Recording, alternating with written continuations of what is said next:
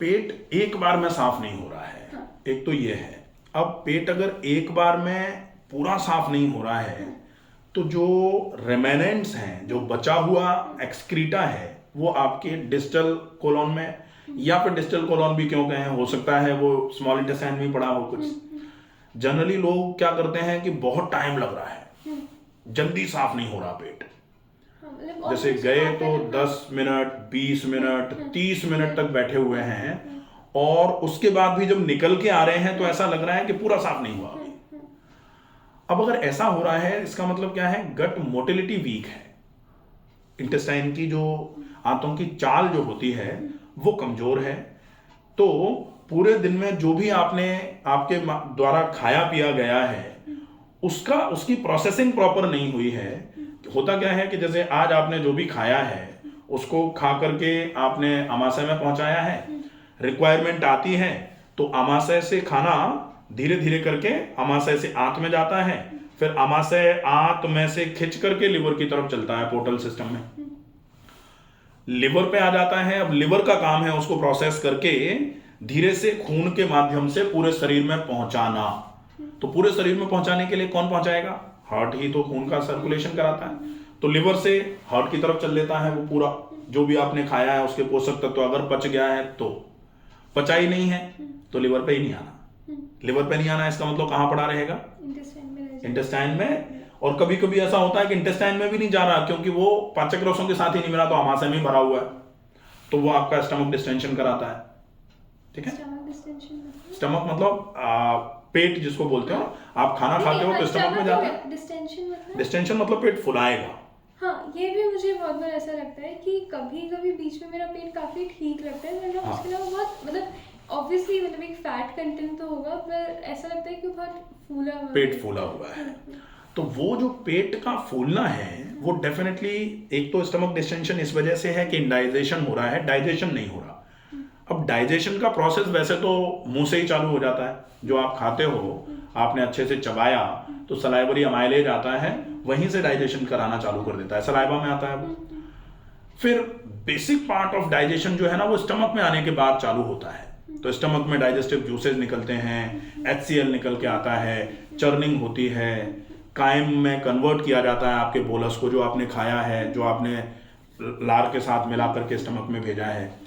फिर अगर उसका डाइजेशन प्रॉपर हुआ है, डाइजेस्टिव जूसेस के साथ प्रॉपर मिल गया है, एक फाइन लिक्विड पेस्ट टाइप का बन गया है, तो फिर वो आमाशय से धीरे धीरे करके इंटेस्टाइन में उतरेगा। इंटेस्टाइन में कहां उतरेगा, आमाशय ये है, और ऐसे करके सी जो है स्मॉल इंटेस्टाइन का डियोडिनम, उसमें उतरेगा।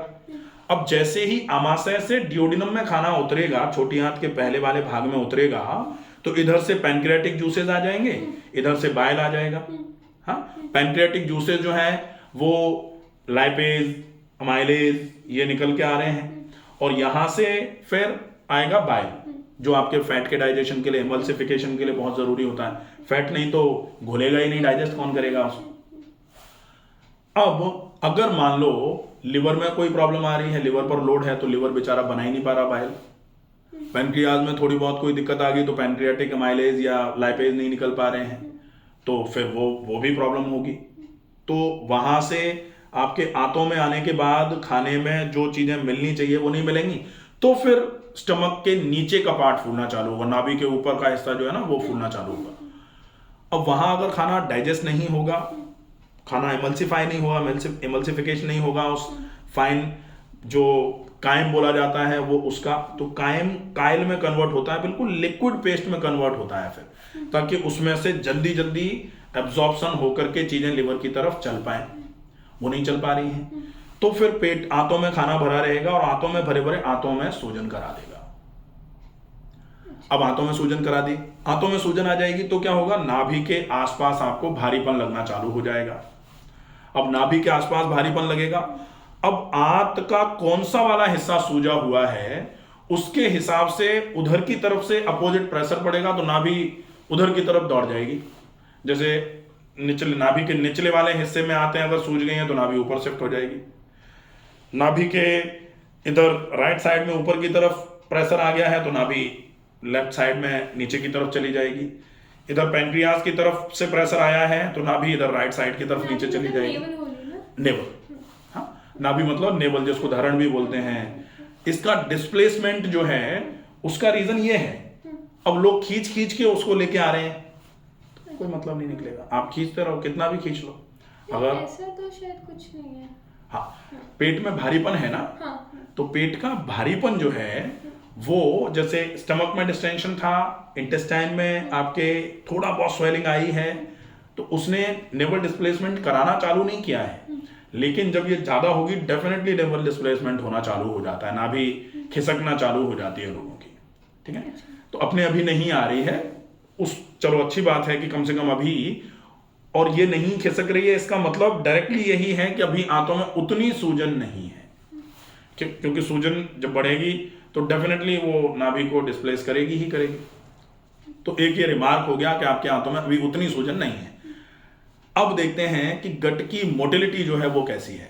अब आंतों में से खाना एब्जॉर्ब होकर के लिवर तक जाए, तब फिर बेकार का जो बचा हुआ है वो मूवमेंट नीचे की तरफ होते हुए उसको नीचे की तरफ ले जाया जाए, फिर लार्ज इंटेस्टाइन में वो पहुंचे, लार्ज इंटेस्टाइन में उसमें से जो बचे हुए पदार्थ हैं वो खींच लिए जाएं, पानी खींच लिया जाए, और वो चलते चलते लार्ज इंटेस्टाइन के एंड वाले पार्ट पर, जिसको मलाशय बोला जाता है, रेक्टम बोला जाता है, वहां तक पहुंचे। अब आजकल क्या हो रहा है, आजकल एक और, जैसे बहुत सारे रील्स या वीडियोस चल रहे हैं ना, जिसमें लोग मालिश कर करके स्टूल को आगे की तरफ बढ़ा रहे हैं। अब मालिश कर करके स्टूल को अगर आगे की तरफ बढ़ाएंगे तो कैसे चलेगा भाई? स्टूल तो अपने आप, ये तो डाइजेस्टिव ट्रैक्ट है, डाइजेस्टिव ट्रैक्ट तो अपने आप मोटाइल होना चाहिए, अपने आप गट मोटिलिटी है, गैस्ट्रोकोलिक रिफ्लेक्स अपने आप मैच्योर होना चाहिए। अगर उसको भी हम ऐसे ऐसे करके, जैसे जनरली लोग बैठ के सवेरे सवेरे वहां जोर लगा लगा के स्टूल पास करते हैं, वो तो बहुत मुश्किल है। एक्चुअली जैसे एक बार मैंने बचपन में कभी एनिमा लिया था, हाँ, उसके अलावा मतलब अभी तक जो मैंने ट्रीटमेंट दी, उसके अलावा बीच में कभी एक दो बार आयुर्वेदिक ट्रीटमेंट लिया जिनको मैं कंटिन्यू नहीं कर पाई। ओके। उसके अलावा बीच में कभी कभी ईसबगोल की जो भूसी होती है, बट वो मुझे इतना इफेक्टिव लगता नहीं है।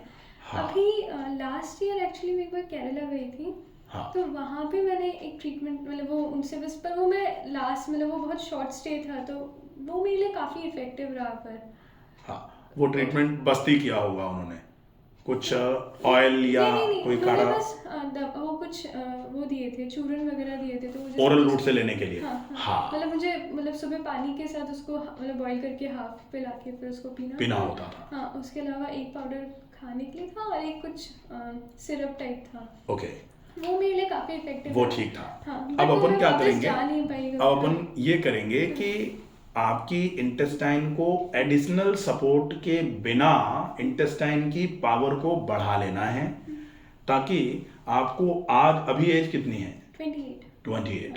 अब 28 में अगर अभी से अपन इंटेस्टाइन के मूवमेंट को बढ़ाने के लिए दवाइयों का उपयोग करना चालू करेंगे, इमरजेंसी नहीं है तो, इमरजेंसी आती है तो कुछ भी करना पड़ता ही है फिर तो। नहीं, ये प्रॉब्लम इनफैक्ट मुझे मतलब शायद टीन से होगी, मतलब 8th 9th, मतलब उसके भी पहले भी हो सकता है। बहुत यंग एज से। अब अपने को क्या करना पड़ेगा, अपनी इंटेस्टाइन की मूवमेंट को नेचुरली इंप्रूव करना है।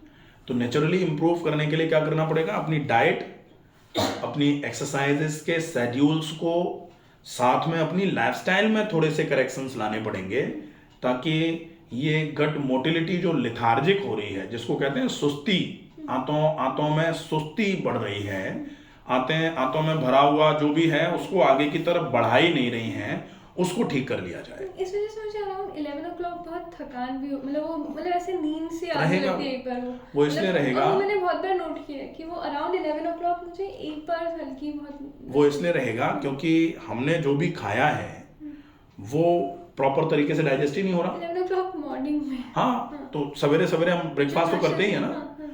पूरा ऑल द वे हमने पूरे जो कल लिया था वो सवेरे, एक तो फर्मेंटेशन चला गया, प्रॉपर पेट साफ नहीं हुआ, उसके बाद जो भी हमने खाया पिया, क्योंकि होता क्या है, जब सप्लाई हो जाती है, डिमांड तो तभी आती है ना, जैसे एक तो होता है कि एक्सपेंडिचर, सप्लाई नहीं कहते, एक्सपेंडिचर हो जाए, खर्च हो जाएगा, तभी तो दोबारा डिमांड आएगी। पहले का ही खर्च नहीं हो पा रहा तो फिर दोबारा की डिमांड नहीं आएगी। अब डिमांड नहीं आएगी, अब हमने बिना डिमांड के खा लिया, जैसे बिना डिमांड के जब सप्लाई होती है तो माल पड़ा पड़ा सड़ता ही है ना, ये तो मार्केट का भी यही रूल है। तो बॉडी में भी यही रूल चलेगा कि आपने एक्सपेंडिचर नहीं कर पाया है तो आप एक्सपेंडिचर बढ़ाओ। सबसे पहले एक्सपेंडिचर बढ़ाने में क्या करना पड़ेगा, एक्सपेंडिचर कैसे बढ़ेगा, मतलब एक्सरसाइज। हाँ, आपको कैसे भी करके वर्कआउट पर, फिजिकल एक्टिविटी पर फोकस करना पड़ेगा। एक्चुअली मतलब ये सब चीज़ें मतलब जैसे बीच में मतलब क्योंकि मम्मी पापा बोलते हैं कि मेरा फिजिकल मतलब वो इतना नहीं होता, मतलब क्योंकि दिन भर मुझे अगर मतलब मुझे जो काम करना होता है मैं बीच बीच में भी उठती हूँ तो भी इतना नहीं होता, मतलब मेजरली मुझे कंप्यूटर पे मतलब हाँ। एक जगह सिटिंग। पर उसके अलावा जैसे कॉलेज में जब मैं बैडमिंटन खेलती थी तो हम लोग हर रोज़ सुबह खेलते थे, शाम को भी काफ़ी वॉक होता था, मतलब ऑलमोस्ट मतलब एटलीस्ट 5 किलोमीटर्स वॉक हो जाता था। हाँ, बट उसके बावजूद भी वो उस समय भी मतलब अपन कहना चाह रहे हैं कि एक्सरसाइज करते थे तब भी ये प्रॉब्लम थी। प्रॉब्लम्स रहती थी। हाँ। अपन उस समय थी, उसको ही तो ठीक करना है, गट मोटिलिटी को ही इम्प्रूव करना है। अब एक्सरसाइज करते करते थी और अब हम एक्सरसाइज नहीं कर रहे हैं तो ये तो गड़बड़ हो गई ना। अब तो हमको एक्सरसाइज ज्यादा बढ़ानी चाहिए बोलते हैं, हाँ? तो एक तो वो बढ़ानी है, दूसरा उसके साथ में हम थोड़ा सा डाइट का सपोर्ट कर देंगे। डाइट में हम ऐसी डाइट लेंगे जो बहुत इजी डाइजेस्टिव हो, जल्दी से डाइजेस्ट हो जाया करे। ठीक है। साथ में थोड़ा सा हम हल्का सा ऐसा ट्रीटमेंट जो आपके इंटेस्टाइन पर ब्लड सर्कुलेशन इंप्रूव करने का काम करे, तो हम एक्सरसाइज से भी ये काम करेंगे, प्लस कुछ नेचुरल ट्रीटमेंट भी करेंगे, उससे आराम मिलेगा। लाइफस्टाइल मैनेजमेंट में, लाइफस्टाइल करेक्शन में जो डिनर्स के टाइम है उनको आप प्रीपोन करेंगे। तो डिनर जो है वो आपका 7 मैक्सिमम 7:30 बजे तक क्योंकि हो जैन जाए। हूँ तो वैसे भी वो Okay. हो जाता है। हो मतलब जाता ये एक्चुअली बहुत सारी प्रॉब्लम्स है जो ऑलरेडी मतलब मुझे लगता है कि वो है मैनेज्ड, हाँ। बट फिर भी वो मतलब ये प्रॉब्लम्स रहती है। इसको अपन जड़ से खत्म कर देंगे, बिल्कुल चिंता मत करो, मैं बिल्कुल चिंता मत परेशान मतलब इसलिए क्योंकि बहुत ज़्यादा टाइम कंज्यूमिंग हो जाता है वो हाँ। सुबह सुबह। नहीं नहीं सवेरे आप बिल्कुल चिंता मत करो। एक चीज कही जाती है कि आप खाने में जितना ज्यादा टाइम लगा दोगे आपको मोशन जाने में उतना ही कम टाइम लगेगा। ये एक रूल है, इसको आप याद कर लो। खाने में जितना टाइम लगा दो उतना कम टाइम लगेगा आपको मोशन जाने में। इसका मतलब क्या है कि आप जितना ज्यादा चबा के खाओगे आपका डाइजेशन का प्रोसेस उतना अच्छा हो जाएगा। तो 4 चीजें ही तो होती हैं भाई, इंजेशन खाना खाना, डाइजेशन, एब्जॉर्प्शन और एलिमिनेशन। अगर इंजेशन अच्छा है तो बाकी ये 3 तो अपने आप सुधर रहे हैं, तो आपको इंजेशन पर फोकस करना है। अब इंजेशन में क्या आएगा, एक तो क्या खाना है, एक कितना खाना है, एक कब खाना है, एक कैसे खाना है, और 5वां कॉम्बिनेशन ऑफ ईटिंग। तो क्या क्या खाना है एक साथ। तो ये 5 चीजें आपको ध्यान में रखनी होंगी। अगर इनका ध्यान रख लेते हो, सबसे ज्यादा ध्यान रखना है कैसे खाना है, करेक्ट वे ऑफ ईटिंग। आज पेट की समस्याएं बढ़ने का सबसे बड़ा कारण है कि आप या कोई भी जो पेट के रोगों से परेशान हैं वो खाना खाने में थोड़ा जल्दी करते हैं। और खाना खाने में जितनी जल्दी करी जाएगी, definitely improper ingestion leads to constipation, ये कहा जा सकता है। Improper ingestion leads to constipation, final stage है ये।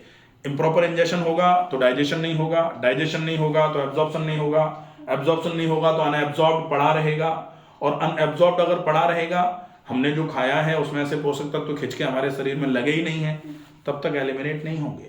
फिर उनको एलिमिनेट करने के लिए हम वहां बैठे रहेंगे।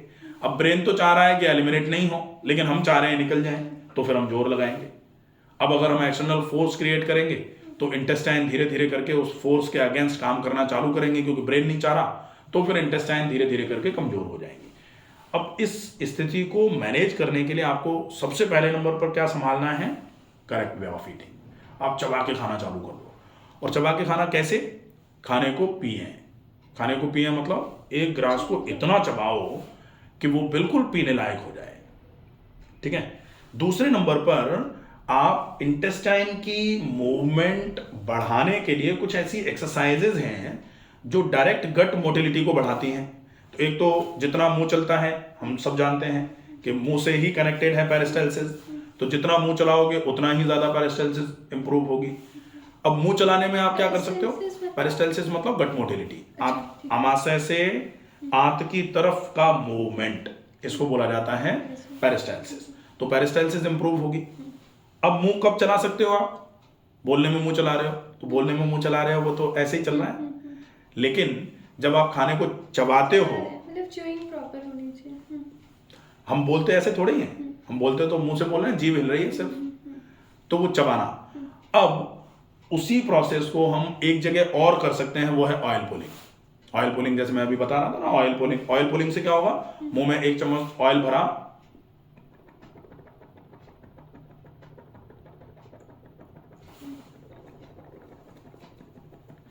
जितना ये चलेगा उतना ये ऑयल पुलिंग क्या होगा, डेंटल हेल्थ, गम हेल्थ, टंग हेल्थ, ओरल हाइजीन या फिर सैलिवरी ग्लैंड्स के एक्टिवेशन में, इसके अलावा पेरिस्टाल्सिस, इन सबको इंप्रूव करने का काम करेगा। तो ऑयल पुलिंग कर सकते हैं। तो एक ज्यादा चबाना, मतलब ब्रेकफास्ट के पहले, हाँ ब्रेकफास्ट के पहले, एक्सरसाइजेस के भी पहले कर लो। ये मॉर्निंग रूटीन है।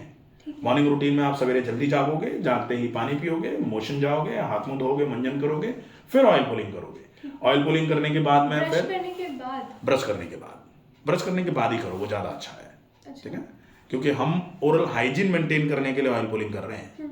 ठीक है, तो ब्रश करने के बाद करेंगे। ये कोकोनट ऑयल से, कोकोनट ऑयल से कर सकते हैं, मस्टर्ड ऑयल से कर सकते हैं, कोई इशू नहीं है। ठीक है। ठीक है, तो ये हो जाएगा। स्मेल थोड़ी सी तीखी होती है। कोकोनट ऑयल से कर लो, और किसी ऑयल से कर लो, वो कोई इशू नहीं है। जैसे अगर आप चाहें तो आप आलमंड ऑयल से भी कर सकते हो। Almond oil से? हाँ कर सकते हो, बहुत थिन नहीं, मतलब मुझे लगा थोड़ा कोई thick इशू, कोई इशू consistency। नहीं, ठीक है। चलेगा वो। ठीक है।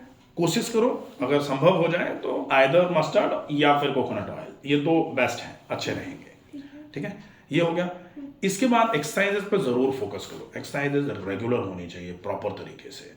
एक्सरसाइजेस में आपको जो अच्छा लगे वो करो, लेकिन कुछ ऐसा करो जिससे पसीना बढ़ आए।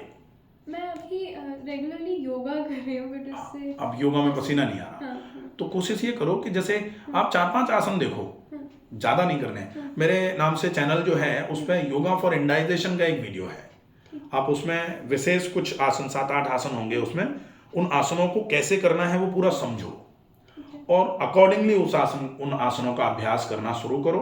पहले 30 सेकेंड होल्ड करो और कोशिश करो उनमें से हर आसन को 3 मिनट होल्डिंग तक आप पहुंचा दो।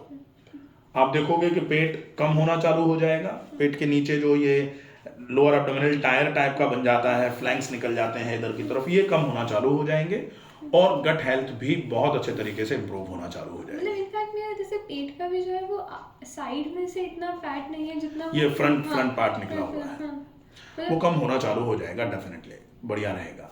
ये तो ये हो जाएगा। अब जो नेचुरल ट्रीटमेंट्स हैं, इन ट्रीटमेंट्स में एक बहुत अच्छा ट्रीटमेंट होता है पेट का गरम ठंडा सेक।